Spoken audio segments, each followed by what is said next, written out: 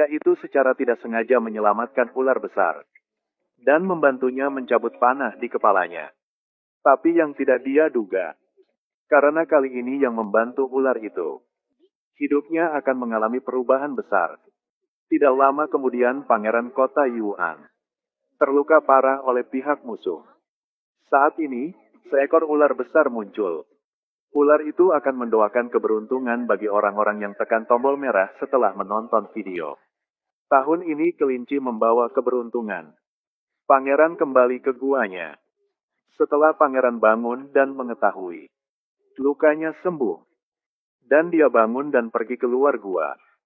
Seorang gadis cantik muncul di depannya.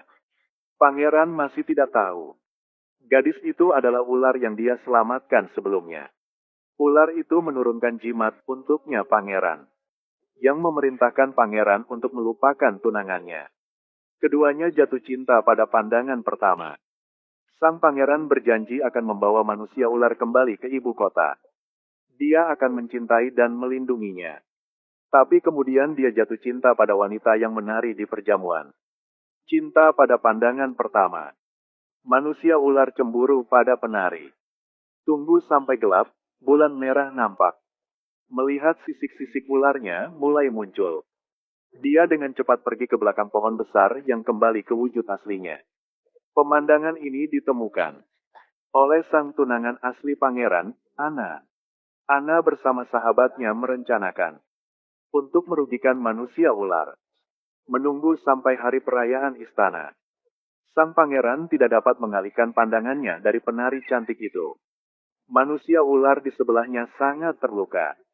Pada saat yang sama, Anna mengeluarkan rantai emas berbentuk Buddha yang telah disiapkan.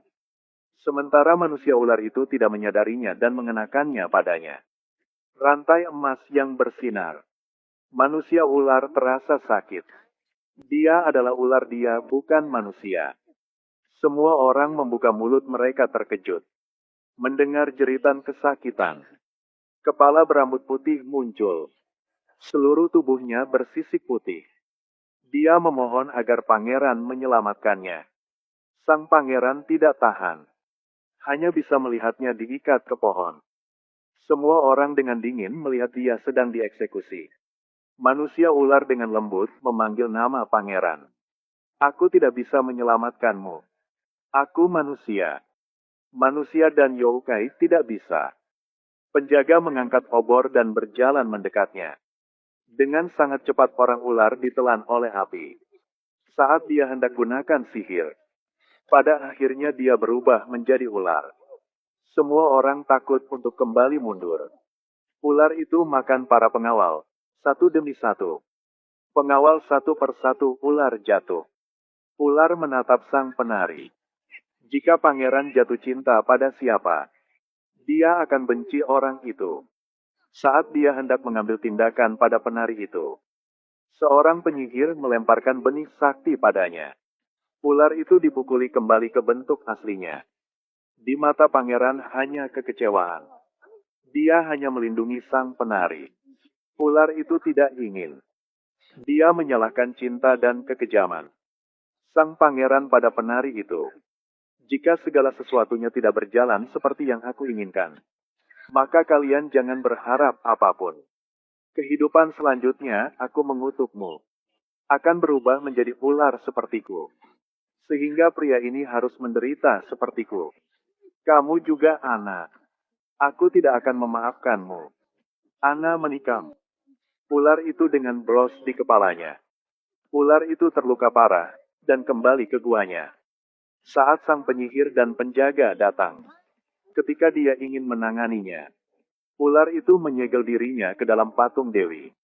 500 tahun kemudian ular itu bangun dari patung itu. Dia ingin balas dendam. Dia ingin orang-orang yang menyakitinya membayar. Dia adalah penari dengan status terendah. Tetapi satu pandangan mengubahnya menjadi istri pangeran. Namun posisinya masih belum stabil. Sehingga dia diubah menjadi ular seperti sang manusia ular. Dan menjadi pelayannya. Hanya karena manusia ular melihatnya dan pangeran bertindakan intim. Sehingga dia cemburu.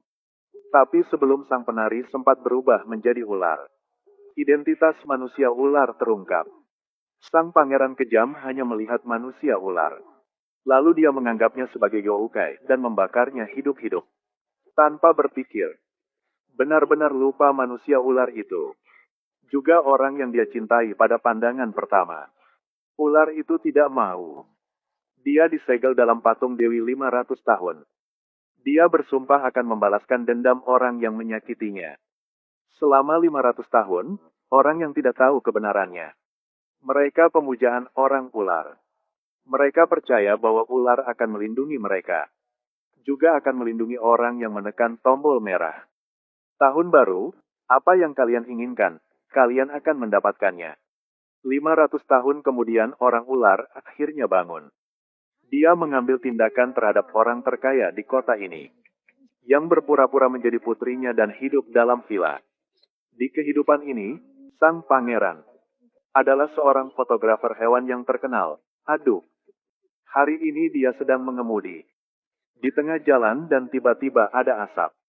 Pintu mobil juga tidak bisa dibuka. Asap yang membawanya ke hutan. Dan menemukan tidak jauh dari situ adalah sepasang pria dan wanita. Sang pria yang terlihat persis seperti dia. Dia memeluk seorang wanita cantik dan berbicara dengan manis. Tiba-tiba Aduk melihat ekor ular si cantik.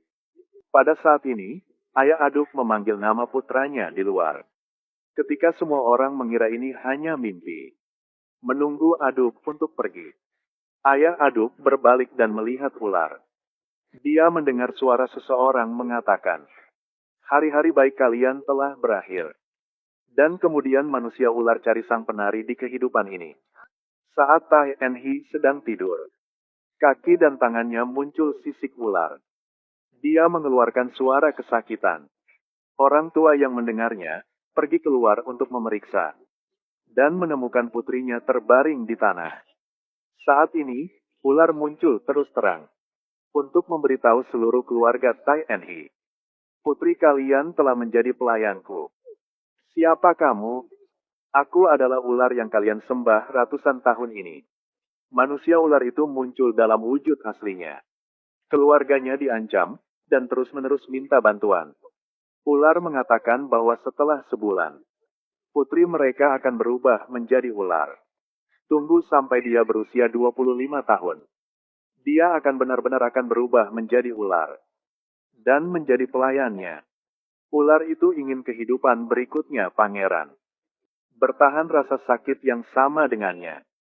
Ketika orang yang dia sukai menjadi yokai. Apa yang dia rasa? Ternyata beberapa hari yang lalu, Aduk pertama kali bertemu dengan penari reinkarnasi. Lihat betapa kecantikannya. Dia menemukan senyumnya aneh, tapi juga akrab.